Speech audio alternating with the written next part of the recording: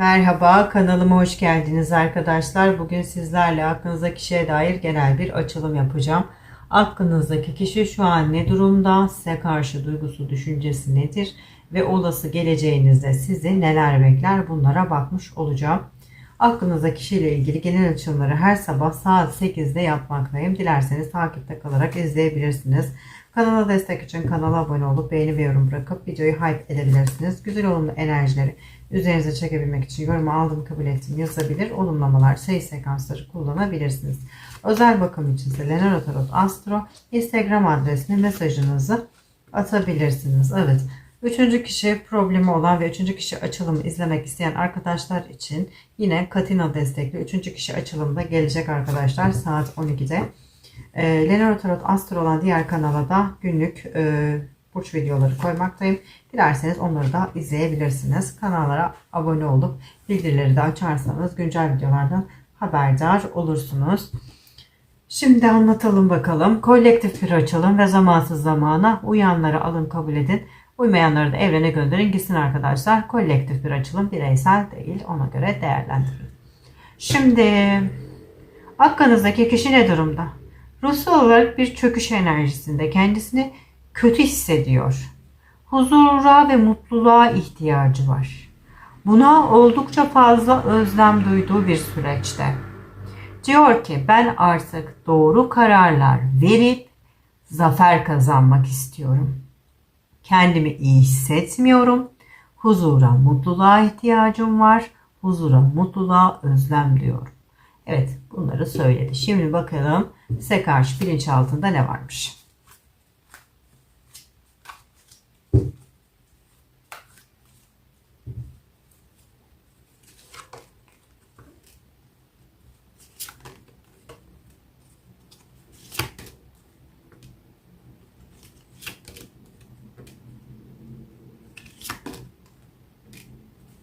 Şimdi size karşı enerjisinde ne var diye baktığımızda ilk kartımız sizinle arasındaki bağı çok güçlü olduğunu düşünüyor ve çok özel bir bağ taşıdığınızı düşünüyor bu kişi.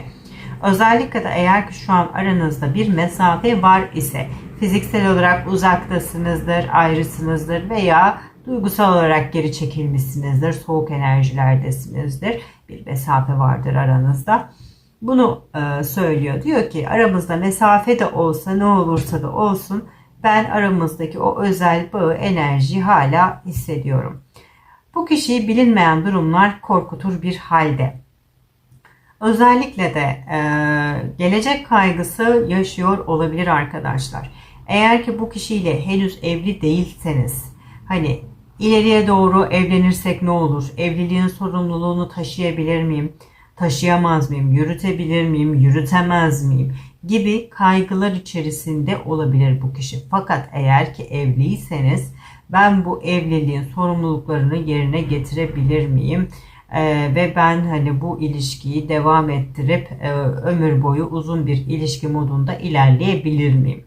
Bununla ilgili kendince şüpheleri var bu kişinin ve bilinmeyen durum, yani gelecek kaygısı yaşadığını burada görüyoruz. Sizin onun hayatına getirmiş olduğunuz maddi manevi bolluğu, bereketi görüyor, bunların farkında, ama diyor ki ya yanılıyorsam, ya ileride şöyle olursa, ya ileride böyle olursa, sürekli böyle çok fazla düşünerek kafasını karıştıran bir insan olarak burada çıktı.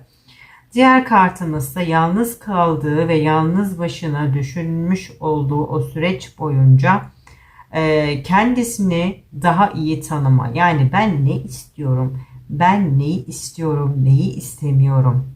Ne beni mutlu edecek? Ne beni üzecek? Tarzında mesela. Bir de doğru kararları almak istiyorum demişti. Hani ne seçersem, neyi nasıl yaparsam benim için doğru bir karar olur bu diye düşünüyor bu aklınızdaki kişi. Sizinle aslında böyle bir şeyleri analiz ediyor oluşu, düşünüyor oluşu, sizinle daha böyle temeli sağlam bir ilişki kurabilmek adına. Diğer kartımızsa şunu söylemekte, bir rakip enerjiden bahsediyor arkadaşlar. İlişkinizdeki bir rakip enerjiden burada bahsetmiş. Şimdi bu kişi bakın ruhsal çöküntünün altına geldi. Kolektifin bazılarında, hepinizde böyle bir şey olmak zorunda değil arkadaşlar. Bu bir kolektif açılım. Sizin yerinize başka birini seçmiş olabilir. Size arkasını dönüp başka birine gitmiş olabilir. Başka bir şeyi, başka bir durumu veya gerçekten başka bir partneri seçmiş olabilir arkadaşlar. Ama ne olmuş? Ruhsal bir çöküntü içerisinde şu an.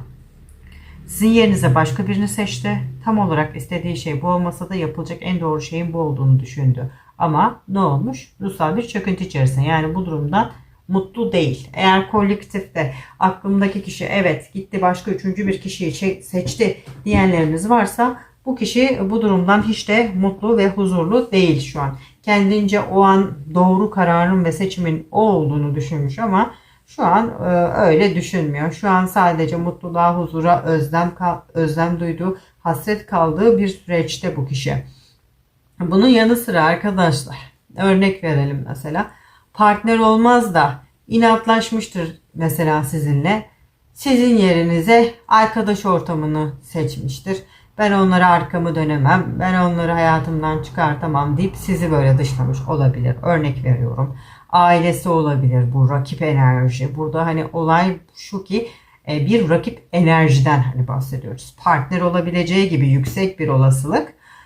Ama bazılarınızda da dediğim gibi arkadaş çevresi olur, iş hayatı olur, ailesi olur. Farklı durumlarda olabilir. Ama bu seçtiği şey yani doğru karar benim için diye düşünüp de seçtiği şey her neyse bu kişinin hiç de doğru olmadığını şu an farkına varmış. Şimdi duygu ve düşüncelerine bir bakalım.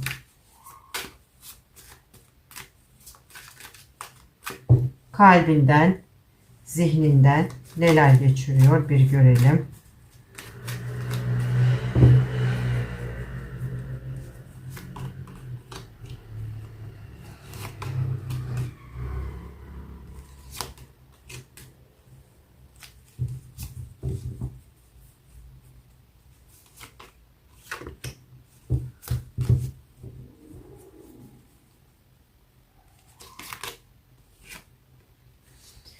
Evet, şu an kalbinden, zihninden neler geçiriyor? Diyor ki bizim bir uzlaşmamız lazım, bir konuşmamız, bir görüşmemiz, anlaşmamız gerekiyor diyor. Bazı konuları sizinle gerçekten şöyle bir yüz yüze gelerek konuşmak, tekrardan gündeme getirmek isteyebilir aklınızdaki kişi arkadaşlar. İster ayrı olun, ister aynı evde olun fark etmeksizin dediğim gibi her türlü ilişki için de geçerlidir. Sizinle bir konu ve mevzuya dair bir konuşma, bir görüşme durumu var. Sanki anlaşmaya çalışacak, uzlaşmaya çalışacak. Belki bir ortak noktada buluşmaya çalışacak. Böyle bir durum geldi. Diyor ki bu ilişkinin dengesini sağlamalıyım. Kontrolü elime almalıyım. Yıkılmış, bozulmuş bir düzen varsa bunları telafi etmeliyim. Düzeltmeliyim. Tekrardan benim kontrolüm altında olsun. Bir şeyleri düzenleyeyim. Ve bir şekilde hani bu dengesi kaçmış olan duruma son verelim dediği bir mevzu var. Bunu niye daha çok istiyor aklınızdaki kişi? Yani kontrolü sağlama, dengeyi sağlama. Çünkü neydi? Mutluluğa ve huzura ihtiyacı olduğunu söylüyordu ve buna karşı bir özlem içerisindeydi. Evet, bunun için de ne yapılması gerekiyorsa diyor ki ciddi bir kararla, yani bir karar alarak, arkasında durarak aldığım kararında bir takım eylemlerde bulunmak istiyorum diyor. Yeni taze bir başlangıç yapalım, dengeyi sağlayalım ve yepyeni taze bir başlangıç yapalım. Özellikle de aranızda anlaşamadığınız tartışma konusu varsa uzlaşamadığınız meseleler onları da diyor ki tamam ben daha yapıcı, daha barışçıl, daha işbirlikçi ve hoşgörülü bir enerjiyle yaklaşmak istiyorum bu konuda da. Ve yeter ki hani güzel, yepyeni, taze bir başlangıç yapalım. Mutlu olalım. Tekrardan bir fırsat elde edelim. Tekrardan işte seninle aynı hane çatı altında yolumuza devam edelim. Evliyseniz bu şekilde, değilseniz de bu ilişkiyi ilerletelim, geliştirelim, büyütelim, ileriye götürelim dediği bir mevzu geldi arkadaşlar burada. Yani mutlu olmak istiyor bu kişi. Tekrardan bir fırsat yakalamak, yeni bir başlangıç yapıp mutlu olmak niyeti içerisinde. Peki olası geleceğe hemen bir bakalım. Olası gelecekte bu kişi neler yapabilecek, neler yapamayacak, nasıl bir davranış biçimi sergileyecek onları bir görelim. Kartlar ne diyecek?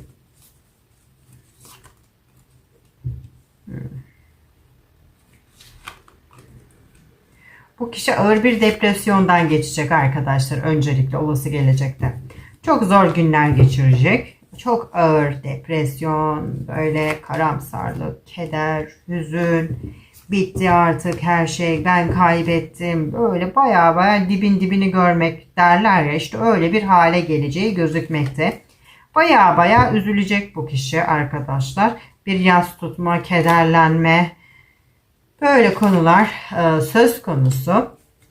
Ve bu acı, yaşayacağı bu acı, bu kaybetmişlik duygusu bu kişiyi harekete geçirecek. Ve gerçekten somut anlamda bu kişiyi bir şeyler yapmaya zorlayacak bu yaşadığı acı, kayıp duygusu. Evet, gerek eğer ki iş hayatıyla alakalı, maddiyatıyla alakalı yapması gereken bazı mevzular varsa bunlara el atacak. Gerek size daha somut bir şeyler sunabilmek adına, daha ciddiyetli bir ilişki ortamı sunabilmek adına bir şeyler yapıp ortaya koyması gerekiyorsa bununla ilgili çaba harcadığını, bir şeyler yaptığını göreceksiniz arkadaşlar. Yine hem tılsım sekizlisi, ardından da büyücü kartı geldi.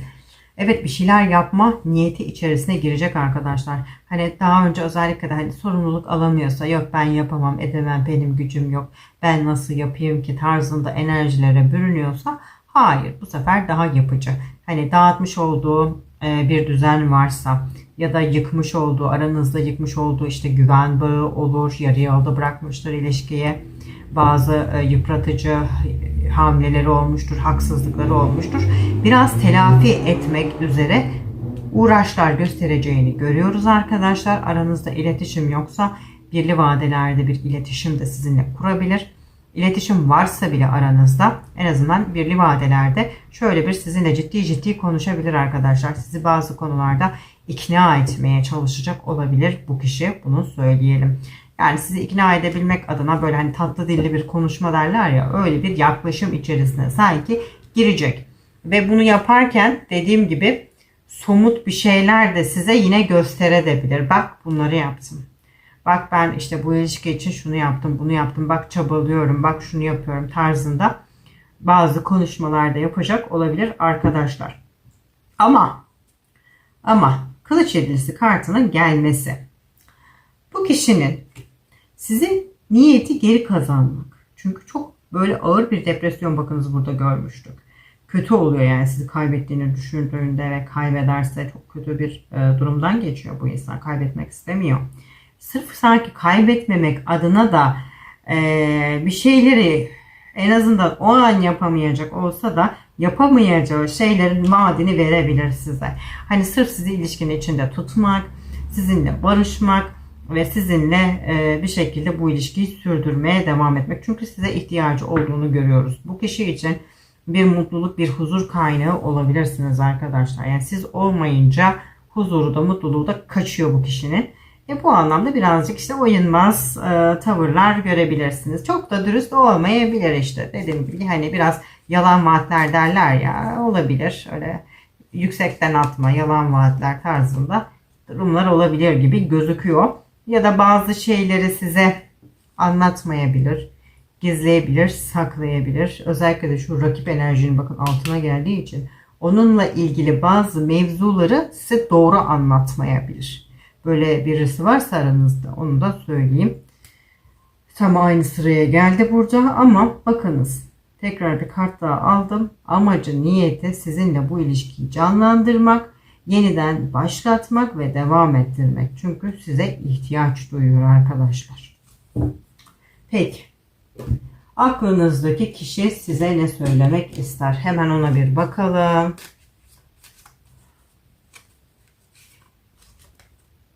Duygularımdan emin değilim dedi arkadaşlar ilk kartımız.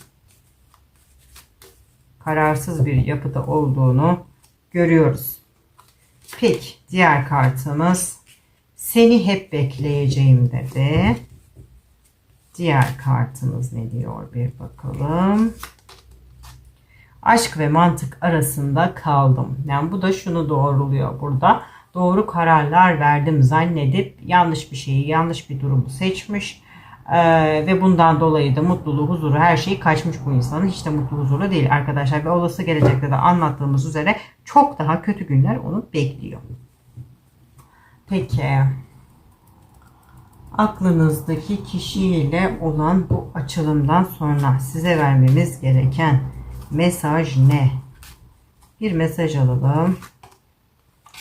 Örüntü kartımız geldi. Tekrarlanan kötü davranışların kurbanı olmayın veya olumsuz bir döngüde sıkışıp kalmayın. Kendinizi özgürleştirecek bir yöntem bulun. Şimdi kolektifin bazılarında bu kişiyle sürekli inişli çıkışlı bir ilişki durumunuz olabilir. Yani bir ayrıl, bir barış, bir küs, bir iyi olabilirsiniz bu kişiyle. Belki gerçekten hani sürekli bir yarı yolda bırakılma durumu yaşatıyor size. Sonra tekrardan kendisi de yapamıyor, duramıyor, geri dönüyor. Tekrardan sizi kazanmak için uğraşıyor, çabalıyor. Sonra yine aynı döngülere belki düşüyorsunuz. Böyle bir ilişki modeli olabilir. Ama aklınızdaki kişiyle olay şu ki aşamadığınız o kısır döngü neyse, hangi konu üzerineyse buna dikkat çekmiş kartımız. Diyor ki tekrarlanan bu kötü davranışların kurbanı olmayın ve bu döngüde de mümkünse sıkışıp kalmayın artık. Kendinizi bu durumlardan sürekli başa sardığınız bu kısır döngüden kurtarmak için diyor kalıcı çözümler bulun demiş. Peki başka soru cevap kartlarımız ne diyecek size? 3 tane kart alıyorum hemen. Bunlardan birini seçebilirsiniz. Meleklerden nasıl cevap alacaksınız? Ona bakalım. 1, 2, 3. İlk kartla başlıyorum. İlk kartı seçenler. Başarıya giden yoldasın. İlk kartı seçenler arkadaşlar gerek bu ilişkiyle alakalı gerek hayatınızın herhangi bir alanında başarıya doğru gidiyorsunuz. Bu güzel bir haber. Diğer kartımız dua et yanındayız. Yani diyor ki bol bol dua et. Peki diğer kartımız ne demiş? Eğer dünyayı değiştiremiyorsan sen dünyanı değiştir. Yani şuradaki kısır döngü kartına da birazcık hitamda bulunmuş gibi oldu arkadaşlar. Diyor ki eğer dünyayı değiştiremiyorsan sen dünyanı değiştir. Yani bir şeyler yapman gerekmekte. Peki olumlama destemizden size bir olumlama kartı alacağım. Bu açılımdan sonra size vermemiz gereken olumlama mesajı nedir? Hemen bir tanesini seçtim. Bakalım şansınıza ne geldi? Olumlama kartı gelmemiş arkadaşlar. İkiz Alev destesinden çekmişim. Tamam, bunda da demek ki vardır bir iş. Bakalım aklınızdaki size ne söylüyormuş arkadaşlar. Okuyalım. Çekip gitmemek için bir sebep var. Başından beri birbirimize aittik. Aklınızdaki kişi size ısrarla bunu söylemek istemiş arkadaşlar. Çünkü gerçekten farklı bir desteği alıp açacaktım. Bu ısrarla geldi yani bu mesaj. Kime gittiyse alın kabul edin. Peki şimdi alalım olumlama destemizi. Evet bakalım şimdi. Bu açılımdan sonra almanız gereken olumlama mesajı. Bakalım şansınıza ne geliyor. Her geçen gün kendime daha fazla güveniyorum. Evet bunu kendinize söyleyebilirsiniz arkadaşlar sesli bir şekilde ve yoruma da bırakabilirsiniz. Her geçen gün kendime daha fazla güveniyorum. Açılım bu kadardı. Kanala abone olup beğeni ve yorum bırakabilirsiniz. Bir sonraki videoda görüşmek üzere. Hoşça kalın.